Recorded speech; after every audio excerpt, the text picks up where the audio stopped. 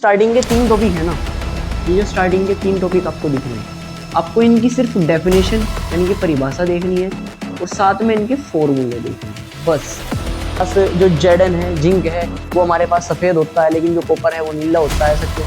Most important अगर आपको इनमें भी छांटने हैं ना भाई कि कौन सा इम्पोर्टेंट है वो बता दो, तो इनमें नंबर 4 और नंबर 6 तो छोड़ के लपेट के भाई काफ़ी डिमांड है इसकी, काफ़ी डिमांड है बॉडी के अंदर, ठीक है ना, मोस्ट इम्पोर्टेंट है। हेलो दोस्तों, स्वागत है आपका हमारे आज के लेक्चर में। अगर आप क्लास 12th के स्टूडेंट हो और आपने अभी तक कुछ नहीं पढ़ा केमिस्ट्री के अंदर, तो पढ़ना स्टार्ट कर दीजिए। टेंशन लेने वाली कोई बात नहीं है, ठीक है। मैं यहाँ पे सबसे मोस्ट इंपोर्टेंट टॉपिक्स आपके लिए लेके आया हूँ, जिन्हें आप पढ़कर अगर चले जाते हैं तो एग्जाम में बहुत अच्छे मार्क्स से आप पास हो जाओगे, ठीक है। एकदम सोचने समझने और ढूंढने के बाद में सारे क्वेश्चन लेके आया हूँ। चैप्टर वाइज सारे को टॉपिक्स में आपको बताऊंगा कि कौन कौन से टॉपिक्स आपको पढ़ने हैं, सब चैप्टर वाइज होंगे, ठीक है।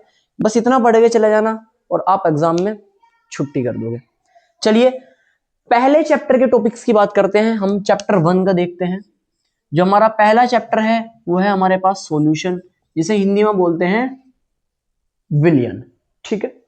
अब विलयन पार्ट के अंदर आपको जो सबसे मोस्ट इंपोर्टेंट टॉपिक पढ़ने हैं वो है मेरे पास, तो चलिए चैप्टर 1 के जो सबसे मोस्ट इंपोर्टेंट टॉपिक है वो देखते हैं। चैप्टर 1 का नाम है हमारा सॉल्यूशन, जिसे अपन हिंदी में बोलते हैं विलयन। इसके जो सबसे मोस्ट इंपोर्टेंट टॉपिक है, देखो जो स्टार्टिंग के 3 टॉपिक है ना, ये जो स्टार्टिंग के 3 टॉपिक आपको दिख रहे हैं, आपको इनकी सिर्फ डेफिनेशन यानी कि परिभाषा देखनी है और साथ में इनके फॉर्मूले देखने हैं, बस इतना ही आपको करना है, ठीक है। इनकी डेफिनेशन आपको देखनी है और इनके फॉर्मूले आपको देखने हैं। उसके बाद जो आपका नंबर 4 है, 5 है और 6 है, ये आपको पूरा पढ़ने हैं अच्छे तरीके से। ये आपको पेपर में देखने को मिलेंगे ही मिलेंगे, जिसमें अनुसंख्यक गुणधर्म है, वान हाफ गुणांक है और राउल्ट का नियम है। इसमें से ये तो मोस्ट इंपोर्टेंट, अगर आपको इनमें भी छांटने हैं ना भाई कि कौन सा इंपोर्टेंट है वो बता दो, तो इनमें नंबर 4 और नंबर 6 तो छोड़ के मत जाना, लपेट के जाना भाई साहब, क्वेश्चन आएगा, ठीक है। अनुसंख्यक गुणधर्म 4 प्रकार के होते हैं मेरे पास। अगर उन चारों में भी आपको सबसे मोस्ट इंपोर्टेंट देखना हो तो वह है परासरण दाब, परासरण दाब, इसे लपेट के जाना भाई, ठीक है। चलिए चैप्टर नंबर 2 देखते हैं। चलिए आपका जो चैप्टर नंबर 2 है उसका नाम है वैद्युत रसायन। अब सर चैप्टर 2 में हम क्या पढ़ के जाएं भाई? चैप्टर 2 का जो सबसे मोस्ट इंपोर्टेंट टॉपिक है वो है आपका नष्ट समीकरण, ठीक है। नष्ट समीकरण आपको पढ़ के ही जानी है, उसे नहीं छोड़ना है। नष्ट समीकरण आपको नहीं छोड़नी है, तो भाई रट के जानी है, ठीक है। दूसरा इसमें है सक्रियता श्रेणी, सक्रियता श्रेणी है ना, विद्युत रासायनिक श्रेणी जिसे बोलते हैं, विद्युत रासायनिक श्रेणी जिसे बोलते हैं, वो भी आपको पढ़ के जानी है। नंबर 3 अगर मैं इसमें बताऊं और क्या है सर इसके अंदर सबसे मोस्ट इंपोर्टेंट, तो इसमें है विद्युत वाहक बल, सेल का विद्युत वाहक बल। बस इस चैप्टर में आपको सिर्फ ये 3 टॉपिक पढ़ने हैं, नष्ट समीकरण, सक्रियता श्रेणी, विद्युत वाहक बल। विद्युत वाहक बल भी नष्ट समीकरण से ही जुड़ा हुआ है, ये फॉर्मूले का यूज आपको इसमें करना है, ठीक है। अगर आप इसमें एक्स्ट्रा चीज, वैसे ये दोनों एक ही चीज है ऐसे समझ लीजिए, इसके अंदर एक टॉपिक और ऐड कर सकते हो जिसका नाम है गिब्स ऊर्जा, गिब्स ऊर्जा, ठीक है। चलिए ये आप पढ़ के चले जाइए, आपका पूरा का पूरा इसी में से देखने को मिलेगा पेपर के अंदर। अगला चैप्टर देखते हैं। चलिए चैप्टर 4 के मोस्ट इंपोर्टेंट टॉपिक्स हम देखते हैं क्लास 12th की केमिस्ट्री के, ठीक है। देखो जो सबसे पहला मोस्ट इंपोर्टेंट टॉपिक है ना भाई, जो आपको इसके अंदर पढ़ के जाना है, छोड़ के नहीं जाना, वो है हमारे पास अभिक्रिया की कोटि, अभिक्रिया की कोटि और आणविकता, और आणविकता। इसके साथ साथ आपको इनमें अंतर भी देखने हैं, अभिक्रिया की कोटि और आणविकता में अंतर।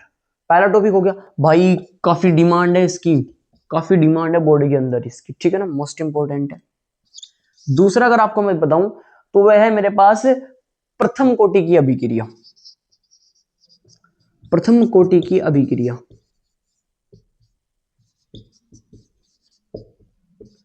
और इसका वेग व्यंजक और इसका वेग व्यंजक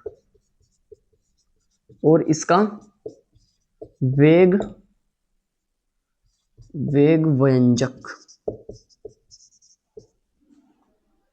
ठीक है। तीसरे टॉपिक की अगर मैं इस चैप्टर के अंदर बात करूं कि सर तीसरा टॉपिक क्या है इसके अंदर मोस्ट इंपोर्टेंट, तो है मेरे पास छदम या रासायनिक या सॉरी आभासी, छदम या आभासी एकाणुक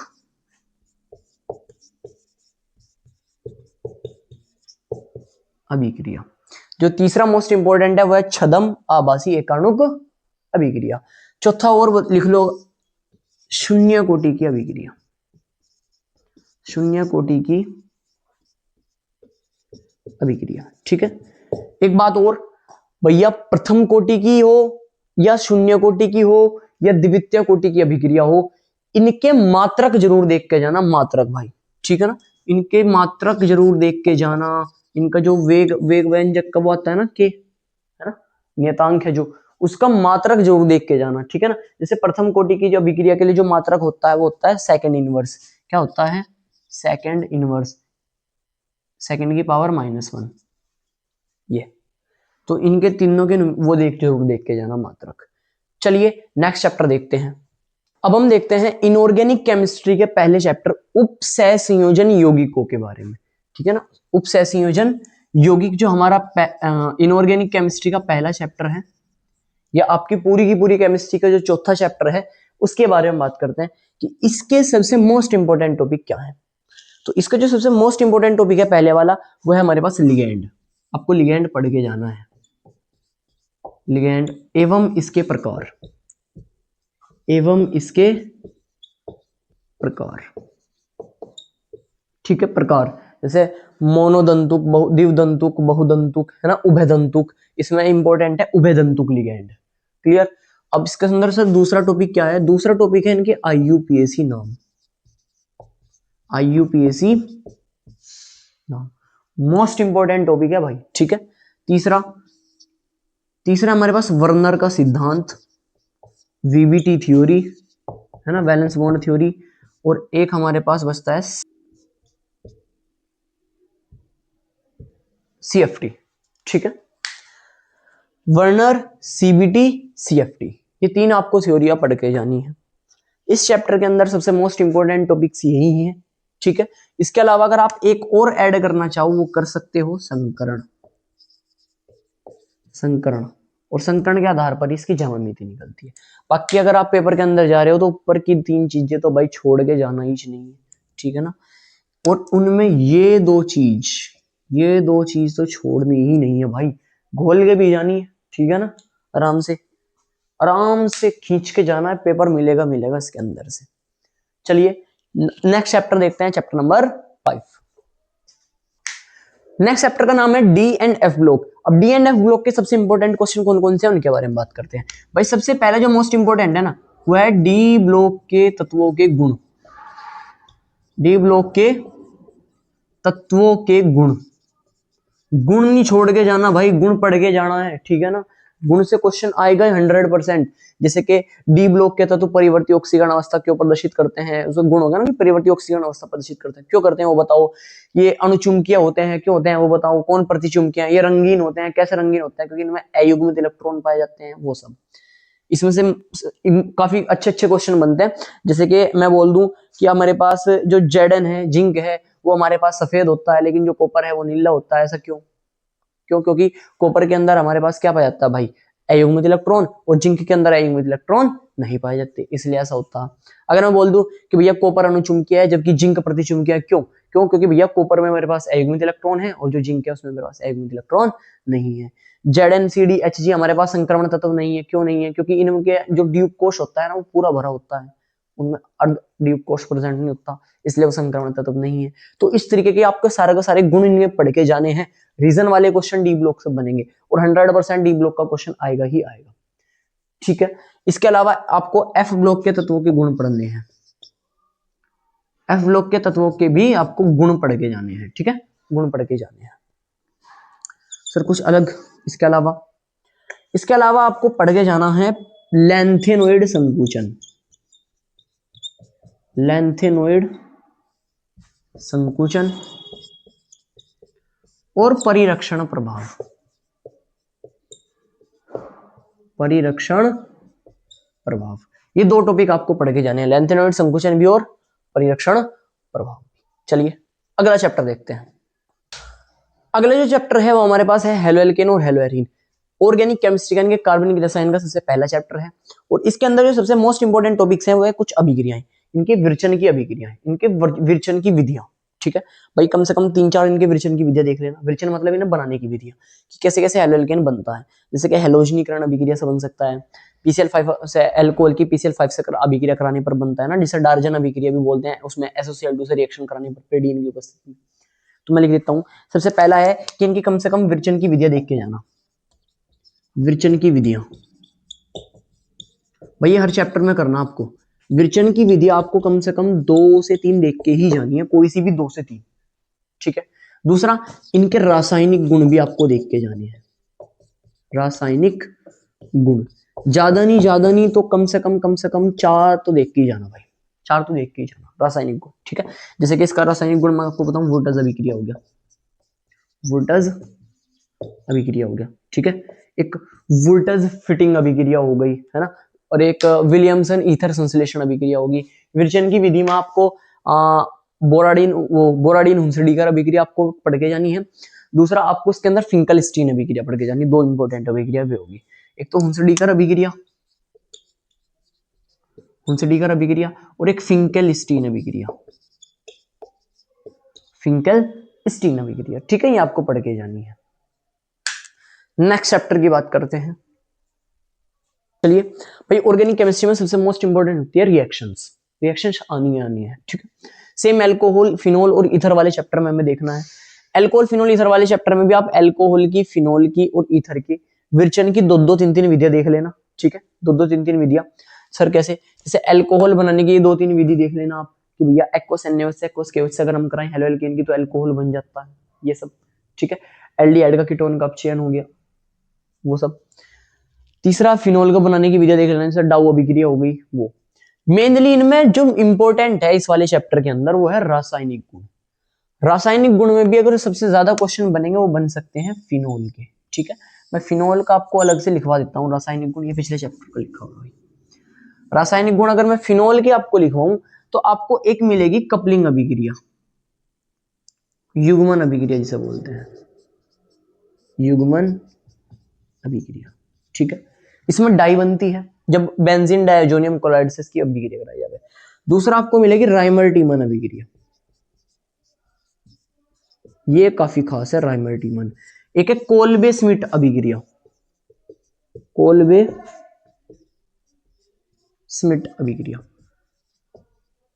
ठीक है, कोल्बे स्मिट भाई, राइमर टीमन और कोल्बे स्मिट छोड़ के जानी नहीं है भाई, पढ़ के जानी है। याद रखियो मेरी बात, एग्जाम में फिर सोचोगे कि हमने की बात क्यों नहीं माननी। आएगी 100% आएगी आपके पेपर के अंदर।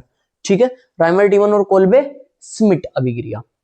नेक्स्ट अभिक्रिया की अगर हम बात करते हैं इसी के अंदर, फिनोल की अभिक्रिया के अंदर, तो जब इसकी अभिक्रिया ब्रोमीन और जल से हो रही हो, ब्रोमीन से और पानी से इसकी अभिक्रिया कराई जा रही हो। ठीक है, और है जैसे कि अगर इसकी जिंक के साथ इसे हम गर्म कर दें, जिंक के साथ हम इसकी अभिक्रिया कराएं और गर्म कर दें, तब क्या होगा ये। तो कुल मिला के यही अभिक्रियाएं इस चैप्टर के अंदर जो सबसे मोस्ट इंपोर्टेंट है। ठीक है, ये देख लेना। सेम हमारे पास अगला चैप्टर है एल्डिहाइड, कीटोन और कार्बोक्सिलिक अम्ल। इस चैप्टर की बात करते हैं, ये भी काफी खास चैप्टर है भाई।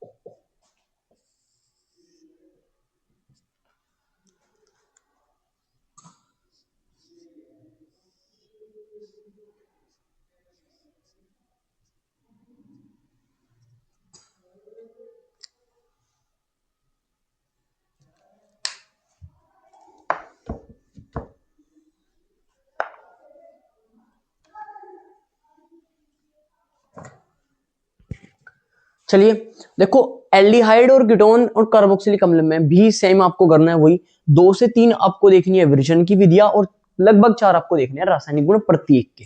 ठीक है, अब इस चैप्टर में अगर मैं आपको विरचन की विधियां बताऊं तो आपको क्या पढ़ के जानी है वो मैं आपको बताता हूं। ठीक है, इसके अंदर एक सबसे मोस्ट इंपोर्टेंट टॉपिक आता है जो कि है ग्रिग्नार्ड अभिकर्मक।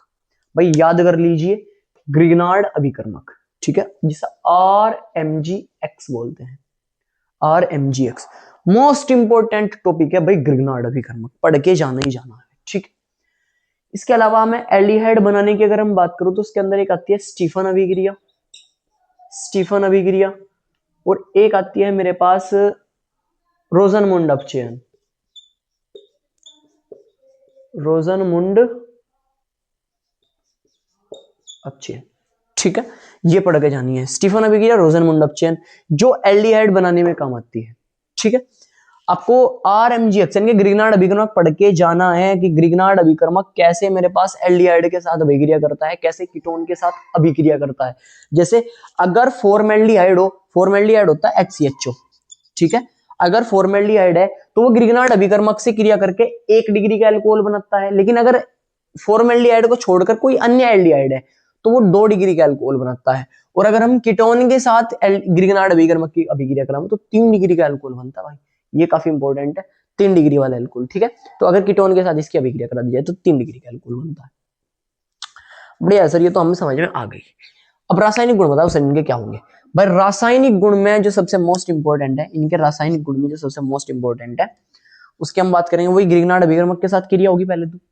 दूसरी अगर मैं आपको बताऊं तो कैनिजारो अभिक्रिया, छोड़ना नहीं है भाई कैनिजारो। MCQ में भी क्वेश्चन आता है, MCQ में कि कौन से तत्व कैनिजारो अभिक्रिया नहीं देते, कौन से तत्व कैनिजारो अभिक्रिया देते हैं। ठीक है ना, कैनिजारो छोड़ के जानी ही नहीं है। वे तत्व जिनमें अल्फा हाइड्रोजन नहीं होता वे कैनिजारो अभिक्रिया देते हैं। ठीक है, कैनिजारो की बड़ा भाई होता है, बड़ी बहन होती है एल्डोल संघनन, एल्डोल संघनन अभिक्रिया। एल्डोल संघनन भी मोस्ट इंपोर्टेंट अभिक्रिया है, और ये वाली अभिक्रिया वे वाले एल्डिहाइड या कीटोन देते हैं जिनमें मेरे पास अल्फा हाइड्रोजन होते हैं। ठीक है, जिनमें मेरे पास अल्फा हाइड्रोजन होते हैं वे वाले तत्व अभिक्रिया देते हैं। नेक्स्ट अगर हम बात करें सर किसके और रासायनिक गुण कुछ और इंपॉर्टेंट है क्या, मेनली तो यही है भाई। ठीक है, इसके अलावा आप 2 और ऐड कर सकते हो, एक टोलन अभिकर्मक, एक टोलन अभिकर्मक, फैलिंग विलियन, टोलन अभिकर्मक, फैलिंग विलियन। क्लियर है, ये भी अपन ऐड कर सकते हैं इसके अंदर। इसके अलावा और छोटे छोटे से टॉपिक होते हैं, जैसे कि अगर इसकी NH3 के साथ अभिक्रिया करा दिया जाए क्या होगा, HCN के साथ अभिक्रिया करा दिया जाए तब क्या होगा, एटसेट्रा। बस ये इस चैप्टर के अंदर, इसके अलावा इसमें कुछ नहीं बचता। सेम आपको देखो अगले जो चैप्टर है ना हमारा, हम पढ़ेंगे नाइट्रोजन युक्त यौगिक, जैसे कि एमीन हो गया और डायजोनियम क्लोराइड हो गया, इनकी हम बात करेंगे। ठीक है, इनके सबसे मोस्ट इंपोर्टेंट टॉपिक्स क्या है। पहली वही कि इन्हें बनाने की विधियां, विरचन की विधियां आपको पढ़नी है। विरचन की विधियां वो इतनी इंपॉर्टेंट नहीं है, पहले मैं आपको बता दूं, विरचन की विधियां इसमें इतनी इंपॉर्टेंट नहीं है, तो चाहे आप अगर नहीं भी पढ़ के जाओगे कोई प्रॉब्लम नहीं, कोई इतनी बड़े वाली बात नहीं आने वाली। ठीक है, इसके अंदर कुछ अभिक्रियाएं हैं जो मैं बता रहा हूं, आप वो पढ़ के जाना। जैसे कि सबसे पहली होगी गाटरमान अभिक्रिया। ठीक है, गाटरमान अभिक्रिया। नंबर 2 सैंडमायर अभिक्रिया।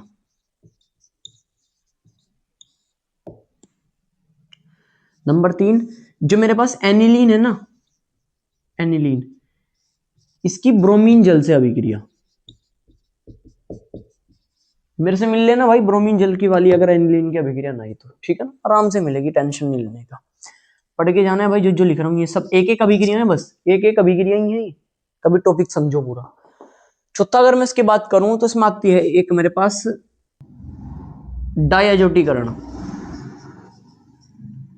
डायएजोटीकरण, यह है डायएजोनियम क्लोराइड बनाने की अभिक्रिया कि डायएजोनियम क्लोराइड हम कैसे बनाएंगे। ठीक है सर, होता क्या है डायएजोनियम क्लोराइड। भैया वैसे तो मोस्ट इंपोर्टेंट टॉपिक बताने के लिए हूँ, पढ़ाने के लिए तो अलग से लेक्चर होगा। ये होता है बेंजीन डायएजोनियम क्लोराइड। ठीक है, इसे कैसे बनाया जा रहा है, वो हो गया। एक इसके अंदर काफी खास है, कार्बिल एमीन अभिक्रिया, कार्बिल एमीन अभिक्रिया।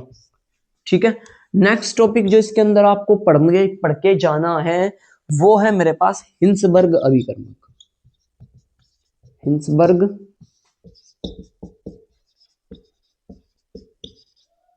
अभिकर्मक। बस पूरा का पूरा चैप्टर खत्म हो जाएगा सिर्फ इन 6 टॉपिक्स में। अगर आप पढ़ के चले जाते हो ये 6 टॉपिक्स भी आप आराम से पूरा का पेपर निपटा दोगे। ठीक है, ऑर्गेनिक केमिस्ट्री का सबसे अंतिम पार्ट बचता है, उसके भी मोस्ट इंपोर्टेंट टॉपिक हम देख लेते हैं। अगला जो चैप्टर है आपका वो है जैव अणु। और चलिए जैव अणु के सबसे मोस्ट इंपोर्टेंट टॉपिक देखते हैं क्या कहा है। अब इसके अंदर जो सबसे मोस्ट इंपोर्टेंट टॉपिक है वो है कार्बोहाइड्रेट, कार्बोहाइड्रेट। अब कार्बोहाइड्रेट को अंदर आपको पूरा पढ़ के जाना है कार्बोहाइड्रेट कि भैया इसके अंदर किस किस प्रकार के कार्बोहाइड्रेट होते हैं, जैसे कि शर्करा, अशर्करा हो गए, है ना। इसके अलावा कि इनके जल अपघटन के आधार पर हमारे पास जो होते हैं कि मोनोसैकेराइड, ओलिगोसैकेराइड, पॉलीसैकेराइड, ये सब। ठीक है, इनके प्रकार कार्बोहाइड्रेट के। इसके अंदर आपको जो सबसे दूसरा इंपॉर्टेंट पॉइंट पढ़ के जाना वो है ग्लूकोज। ग्लूकोज आपको पढ़ के जाना है भाई, याद रखिए। ग्लूकोज की अभिक्रिया भी आएंगे, उसमें भी सबसे इंपॉर्टेंट ग्लूकोज की अभिक्रिया के अंदर ऑक्सीकरण है ग्लूकोज का, ग्लूकोज का ऑक्सीकरण। ठीक है, इसके ऑक्सीकरण से 2 प्रकार के यौगिक बनते हैं।